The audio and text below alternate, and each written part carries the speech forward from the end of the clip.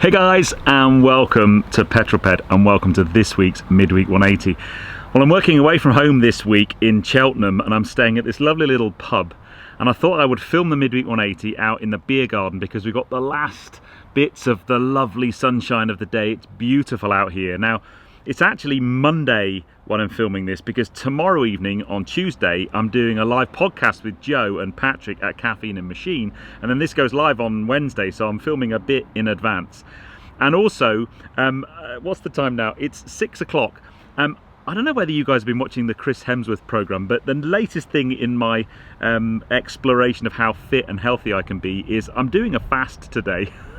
I haven't eaten since 7 o'clock last night, and to say I'm hungry is quite an understatement, but apparently it's very good for you. But anyway, I've got an hour left until I can eat something.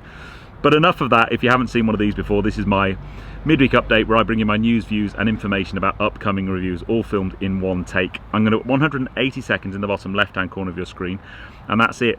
A very well-known format, I'm sure, if you tune in regularly. Anyway, without further ado, let's get cracking with this week's Midweek 180. I shall start my timer.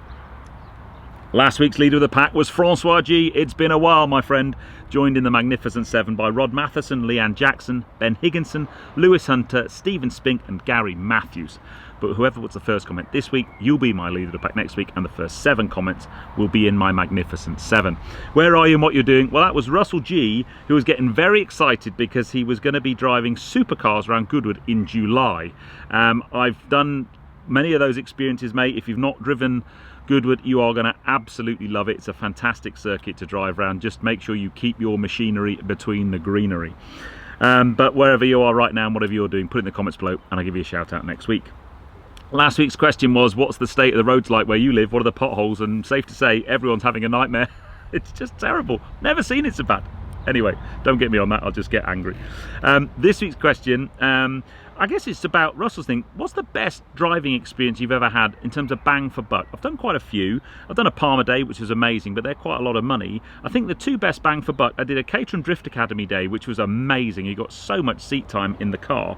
And then many years ago, and I don't know whether they still do it, it was near Hoddesdon down in Hertfordshire, I did Metro stock car racing, which is like you basically had 4 heats in full-size Metros with internal and external roll cage on a stock car racing track. It was just awesome, absolutely awesome.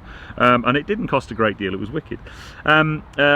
F1 is back again this week, hopefully, at Monaco, my favourite race. I still don't know why it's my favourite race, because it's always processional and whoever gets first in qualifying generally wins the race, but I just love Monaco. There's something about that place. 2 cars I want to talk about this week, very briefly. This BMW Concept, this is the Concept Touring Coupe. I want to talk a great deal about it. It's going to debut at Villa d'Este this year. I just think it's stunning. Whether or not it will ever be made, I doubt very much, but bearing in mind BMW have launched a few Marmite cars in the last few years, come on people, that is lovely. What do you think of that one? And then also I want to talk about the new, in inverted commas, JCW 1-6 edition. This is a limited run of JCW Minis. They're only making 999, only 150 of them are coming to the UK.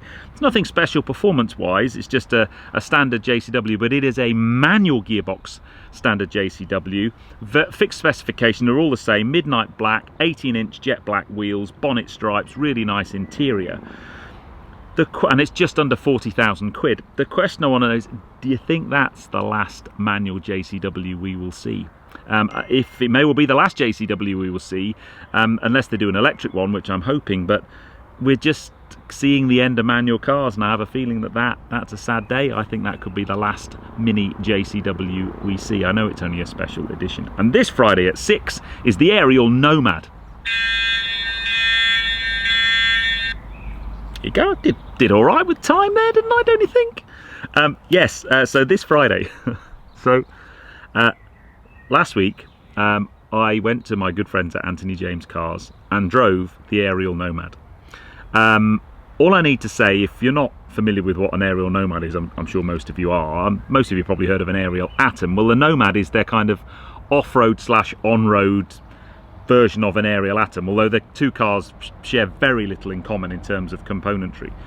But the format's very similar. Exoskeleton design, 1100 kilos, of weight and a 300 horsepower supercharged Honda Civic Type R engine with a 6-speed manual gearbox. Honestly, best driver's car I've ever driven, and I've just given away the end of that video. Oh! But you need to tune in. It was mega. I mean, seriously, it just blew me away, and I have to buy one. But anyway, make sure you tune in on Friday for that. Now I've got an hour before I can eat something. I'm really hungry, but I hope you enjoyed that. If you did, give me a thumbs up. Comments below are always welcome. And if you haven't done so already, please subscribe to Petrol Ped for plenty more content to come. And I'll see you on the next video, which is this Friday at 6 o'clock for the aerial Nomad. Mega thing. Next week, by the way, I'm away again next week. I'm on tour with SEC private members doing a drive tour of Ireland. I am hoping to have edited in time, i.e. by the end of this week, a video for Monday and for Friday of next week. But whether or not I do a midweek 180, we'll see. I might do one in the car with Brad, because I think it might be funny. But just stay tuned for next week's midweek 180. I'll try and do one if I can, but I'm lead car and I have a feeling we're going to be pretty busy. But anyway, I'm waffling. It's just because I've got lack of food to the brain, basically. I'll see you on the next film, guys. You take care. Drive safe.